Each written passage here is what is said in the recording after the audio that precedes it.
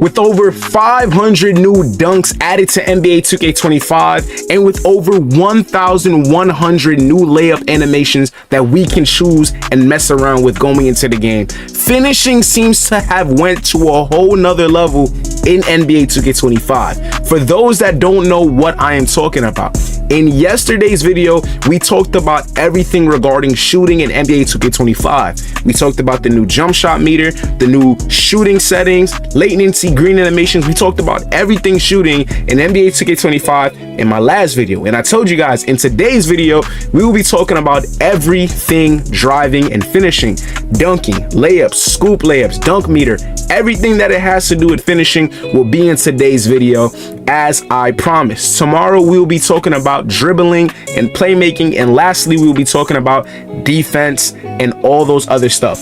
But I'm not gonna waste any of your time. We gotta start it off the right way. Yo, what it do, YouTube? Man, it's your boy IQ, and y'all see the sub count, man. We are closing into 4,300 subscribers, so thank you guys. Leave a like, subscribe. But back with another banger video, man. Now I'm not gonna waste none of your time. Let's get straight into the video, man. Let's go.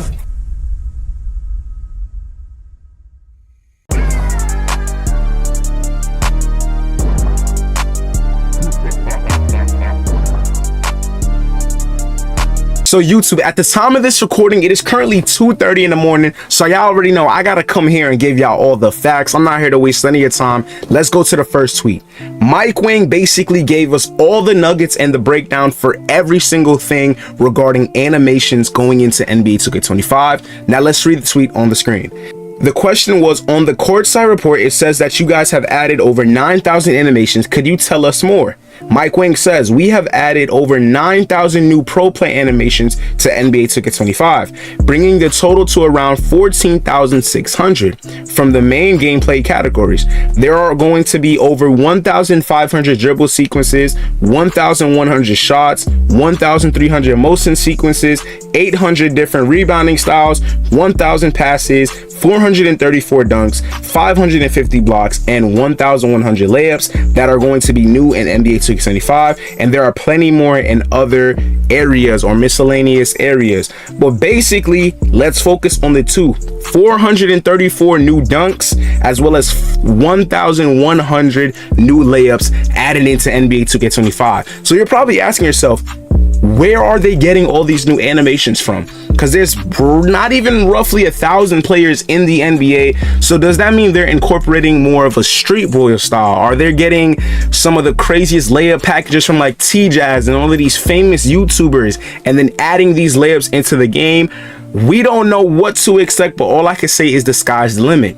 As you guys can see on the screen right now in the video, you can see Stephen Curry doing his little signature size up animation, doing a hop jumper or whatever you guys want to call that, and then doing a little scoop throw up layup.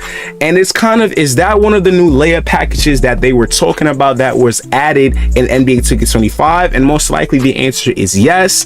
But is that only linked to a specific dribble move, or can you equip and use that layup without having to do that hop jumper that Stephen Curry did to trigger that layup animation? There are a lot of questions, but like I said, we are here to provide you with those answers. A tweet from my boy Snyder says this: hey Mike, what about the dunking sound animation? It seems like we have had the same sound effects from dunking the basketball for a while now, especially the screeching sound. Will there be any changes to this? Mike Wang replied by saying this: I actually hit up our audio team about the squeaky rim and they removed it. I believe they also updated more dunking sounds too, but I am not 100% certain.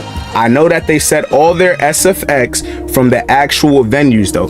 So a little update: when you're dunking the ball, you might not hear that little squeaky sound that comes to dunking the ball. It will be probably a brand new sound effect when it comes to dunking the ball, or we can just throw something out there depending on what type of dunk you get, whether it is a contact dunk, whether if it's a regular dunk, will determine what the sound effect will be in NBA 2K25. As I stated before, here is a tweet from my boy Nobody's Favorite, and the question was this: what about dunks, alley hoops, and contact dunks? Are there anything unique for slashers like LeBron, Anthony Edwards, or Devin Booker?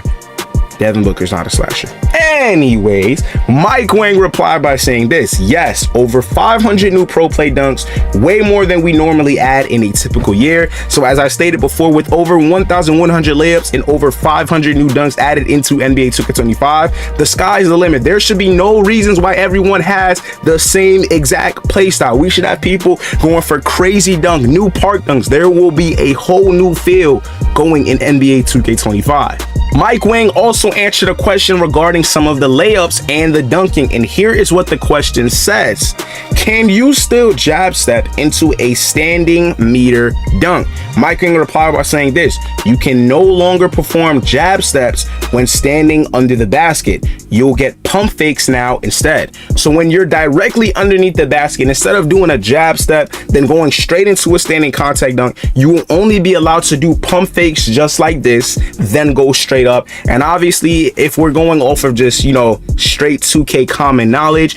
a certain amount of pump fakes under the rim will either give you two different options. You'll either be forced to shoot the ball, or you will get an offensive 3 seconds. So that is something to look out for all my paint mashers and all my 7-foot or inside big mans that don't really have a driving dunk, but more so prioritize having a standing dunk. The next question that was asked in the Discord was this: have scoopers been retuned? Scoopers meaning that little run and throw Annie like this, where they run away from the basket but their arm overextends and throws the layup up. Mike Wang replied by saying this: quick scoop layups got a small nerf to the better balance the risk versus reward of using those type of finishes. So scoop layups will not be overpowered, but I have a question that I don't think no one asks: are floaters still going to be overpowered? We know scoop layups and floaters and middies took over NBA 2K24, so now that we have a nerf for the scoop layups, will there also be a nerf for the floaters? We don't have that answer yet, but as soon as we do, best believe I will be covering it. Now, for all my dunk meter people, I'm going to put this into two different sections. We'll have an actual video from NBA 2K Lab, where they'll basically explain the functions on how to use the dunk meter and what the dunking is looking like going into NBA 2K25. But before we get to the video portion, let's go over the question and see what Mike Wang has to say. The question said this: any changes to layup and dunking timing this year? Mike Wang replied by saying this: layup timing is optional and disabled by default, but I would recommend turning it on if you want to gain an advantage as a slasher. Just like shots, there are separate layup timing profiles such as real player percentage, low, normal, and high, so you can customize the setting to match your ability. Dunk timing is always on for skill dunks, but you can now dunk without using that particular mechanic. The dunk meter logic has also been improved, so instead of the window size being determined just as the start of the dunk, it dynamically adjusts throughout the entire dunk sequence to better reflect the defensive impact. You're probably like, what does that mean for the dunk meter aspect? If you are with low stamina and you're trying to dunk on somebody and they're sitting in the paint, your green window for your dunk will be little to non-existent. It will not still be big.